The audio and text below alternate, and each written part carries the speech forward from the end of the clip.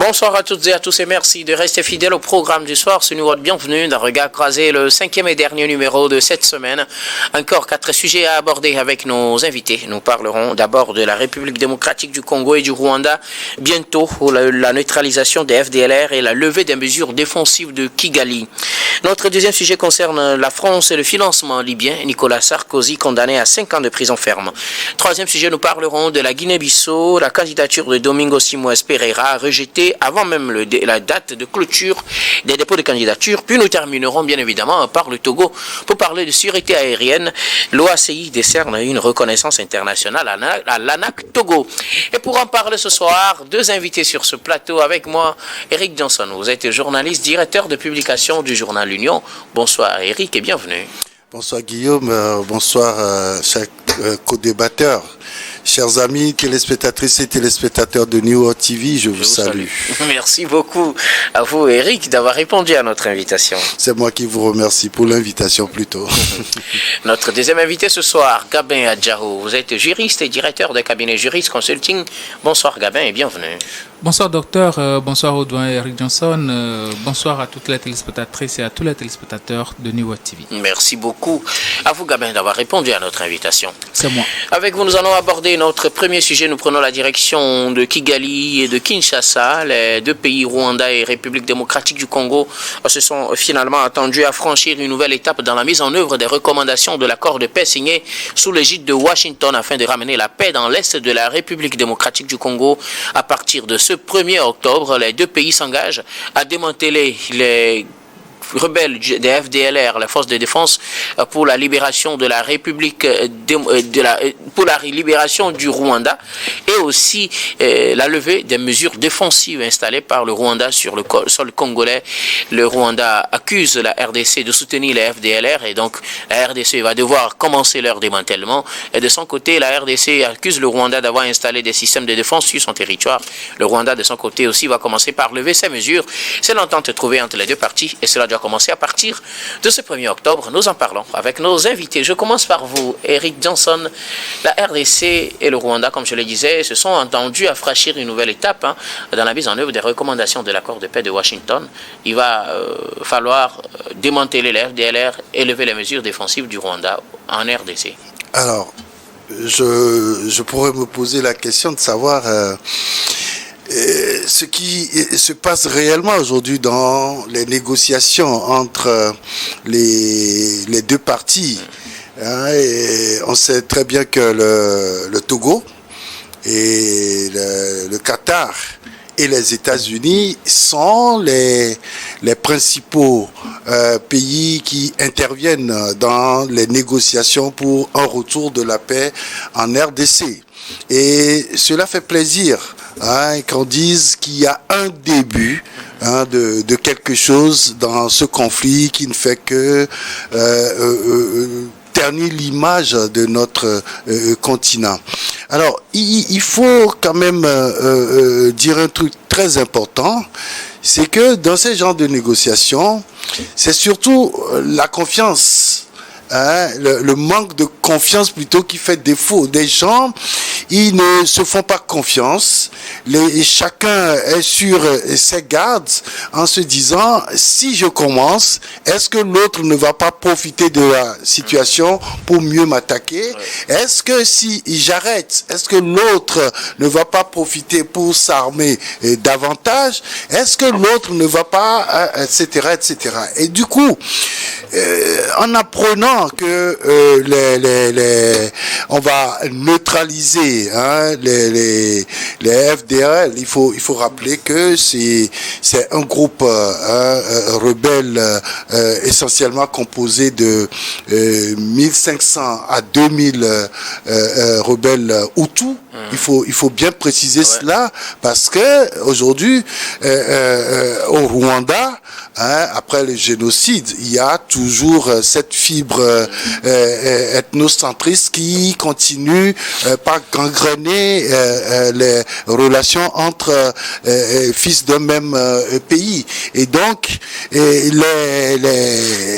FDL, il faut se rappeler que c'est en 2000, ils ont quitté l'Alliance pour la libération intégrale du Rwanda, hein, qui est un autre groupe rebelle, et ils ont fait des festions, ils sont allés former les FDLR.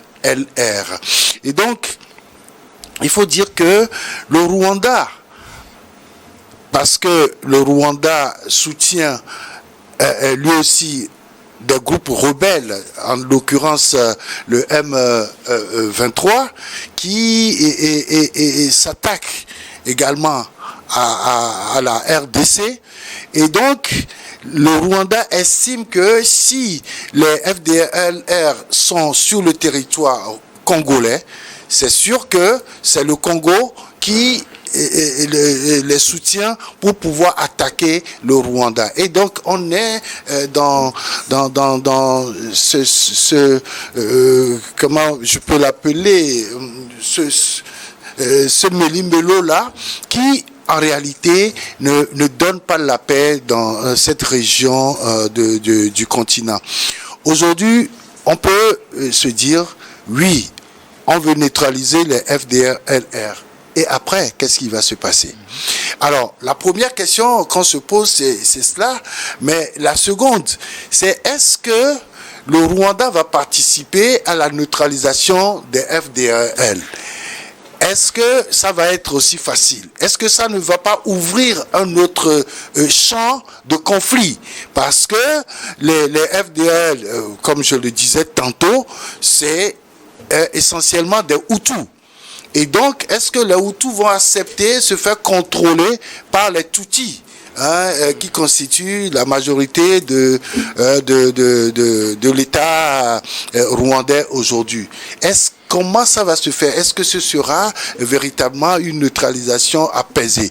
Est-ce que le Rwanda va accepter que ce soit uniquement la RDC qui neutralise ces FDL?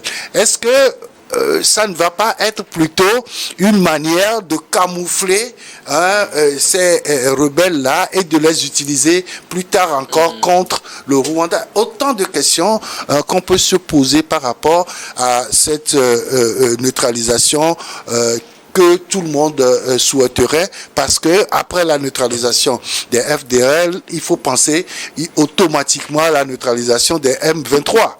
Et ce sera de bonne guerre pour que ces rebelles-là quittent définitivement cette zone-là afin qu'on puisse réellement parler d'une paix entre le Rwanda et la RDC. Alors, de l'autre côté, il est demandé à Kigali de lever ces mesures défensives.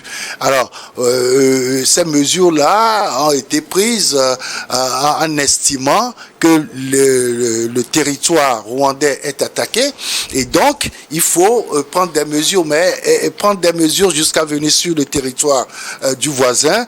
Je crois que oui, c'est de bonne guerre. Il faut que ces mesures-là soient également levées pour qu'on puisse réellement parler d'un début de quelque chose très important pour nous en tant qu'Africains. Merci beaucoup à vous. Eric Johnson, alors Gabin Adjao, la RDC va devoir démanteler les FDLR qu'on l'accuse de soutenir, et le Rwanda va devoir lever ses mesures de défense installées sur le sol congolais, mesures que la RDC critique surtout et qui lui permet de faire des opérations militaires sur le sol congolais. Et quand la RDC parle d'agression, c'est bien évidemment à cause de ces mesures installées sur le sol congolais. Les deux parties se sont accordées à mettre en œuvre ces deux mesures à partir de ce 1er octobre. Oui. Pour moi, je pense que c'est déjà un grand pas que les deux parties aient arrivé à s'entendre, hein, du moins c'est sur le minimum. Avant même, le dialogue était compliqué, mais aujourd'hui, ces deux parties-là peuvent au moins dialoguer et s'entendre sur un certain nombre de points. C'est un grand pas vers la paix, et une paix surtout durable, parce que faudrait pas que cette affaire-là soit juste éphémère, que bon, les populations ne connaissent qu'une paix d'une courte durée. Donc aujourd'hui, si la RDC accepte quand même que bon, les revendications du Rwanda aussi, parce que la plupart du temps, on parle du soutien du Rwanda au M23 et au groupe rebelle sur le territoire congolais, mais on ne met pas véritablement l'accent sur les FDLR qui sont quand même campés au niveau de la frontière du Rwanda. Donc, à un moment donné, il faut se dire la vérité et puis essayer quand même de faire des actes de contrition qui pourront amener la paix durable. Maintenant, les FDLR, ce sont des groupes, Eric vient de dire quelque chose de très important. C'est un groupe Hutu. Et est-ce que, bon, aujourd'hui, ils vont accepter se faire diriger quand même par des Tutsis ou bien se faire dominer par des Tutsis? Ça aussi, c'est un gros problème. C'est un problème identitaire qui va se poser à ce niveau-là. Alors que, bon, on est en train de parler de l'opération DDR, des armements, réintégration et tout. C'est vrai, peut-être que ça peut marcher dans une certaine mesure, mais à la longue, est-ce que ça pourra marcher? Je pense que le mieux, c'est d'aller quand même, de rentrer en discussion avec les leaders de ce groupe-là, puisque réellement, ils ont des leaders. Il faut rentrer en discussion avec les leaders de ce groupe. Aujourd'hui, Paul Kagame et compagnie doivent aussi accepter, discuter avec ceux-là, comme l'a fait Félix Tshisekedi et compagnie avec le groupe du M23 et AFC. Donc, il faut rentrer en négociation avec ces gens-là, parce que ce ne sont pas juste des groupes comme ça, ce sont des groupes armés et ils peuvent aussi riposter à une quelconque entente. Maintenant, quand on parle des moyens d'action, je ne sais pas s'il y aura une opération conjointe, c'est-à-dire des opérations ciblées, des attaques conjointes de la part des forces armées congolaises et aussi du Rwanda. Je ne sais pas trop si c'est le cas. Alors là,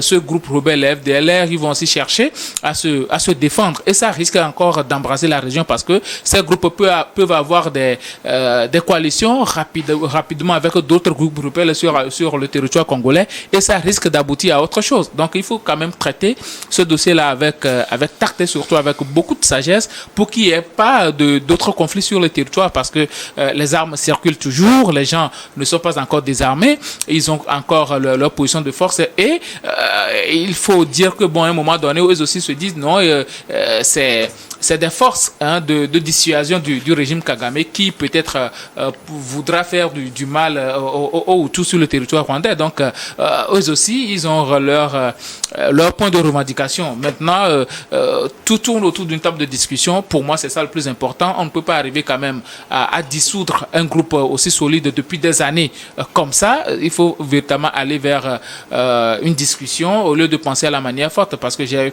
cru lire dans leur chronogramme qu'il y aura des actions conjointes de démobilisation quand même de ces forces-là. Quand on met de démobilisation, ça veut dire que bon, peut-être à un moment donné, ils vont vouloir frapper militairement. Si on veut trouver juste des solutions militaires à cette crise-là, au lieu de penser aussi aux solutions sociopolitiques, je pense qu'il y aura encore des tirs dans cette zone-là. Et connaissant la multitude de groupes rebelles dans cette zone, ça n'aidera véritablement pas les populations et ça n'aidera ni le Congo ni le Rwanda. Donc il faut beaucoup plus penser à une solution apaisée, une solution, le dialogue surtout, pour que ces groupes-là acceptent de se désarmer et aussi penser à un processus de réintégration parce que le Rwanda aujourd'hui c'est vrai a aussi une armée constituée à majorité du groupe de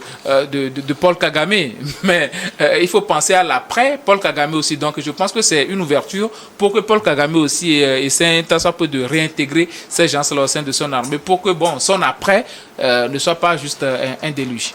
Merci beaucoup, Gabin. Alors, cette neutralisation des FDLR, Gabin le disait, ça devrait se faire par des négociations. Mais vous voyez des négociations marcher dans une telle situation quand on sait que c'est des gens qui sont contre le système de Kigali.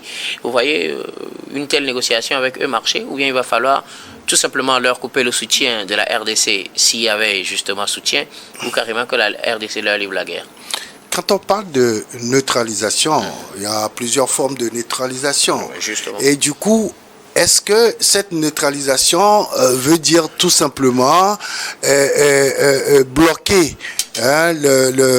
tout le système militaire de ces rebelles-là? De quelle manière ça va se faire? Et c'est là justement la question. Et si réellement il y a un soutien quelconque de la RDC à ces rebelles du FDLR, ça veut dire que logiquement, ces rebelles-là doivent se plier. Et la négociation ne va pas prendre autant de temps. Toutefois, si, comme l'a toujours nié le pouvoir congolais, n'avoir aucun soutien à ces rebelles-là, si tel est le cas, ça veut dire que la neutralisation va être alors un autre conflit. Et un autre conflit carrément, parce que là, vous allez annihiler totalement ce groupe-là, sa capacité militaire. Et donc, pour le faire, ça ne peut être fait qu'à partir d'une force armée. Est-ce que la RDC a cette capacité de le faire? Maintenant, j'avais posé la question de savoir si le Rwanda allait participer à cette neutralisation. Si oui, ça veut dire que attendons-nous encore à un autre conflit. Parce que là, les FDL seront totalement encerclés, et donc parce qu'ils sont sur le territoire congolais, et donc les forces armées du Congo vont intervenir, et les forces armées du Rwanda aussi vont intervenir, peut-être en collaboration, avant de neutraliser les FDLR. Maintenant, si ces rebelles-là analysent la situation et se disent attention, soit on accepte d'arrêter d'intervenir sur le sol rwandais et on nous laisse la vie paisible, ou soit on refuse et on est totalement anéanti. Et donc, à partir de ce moment, je pense que ce qui serait bien pour ces FDLR-là, c'est les négociations avec le pouvoir congolais. Que les FDLR plutôt négocient avec le pouvoir congolais. Évidemment. Merci beaucoup à vous tous pour vos contributions. Nous allons marquer la première pause, puis on reviendra tout à l'heure pour la suite de cette émission.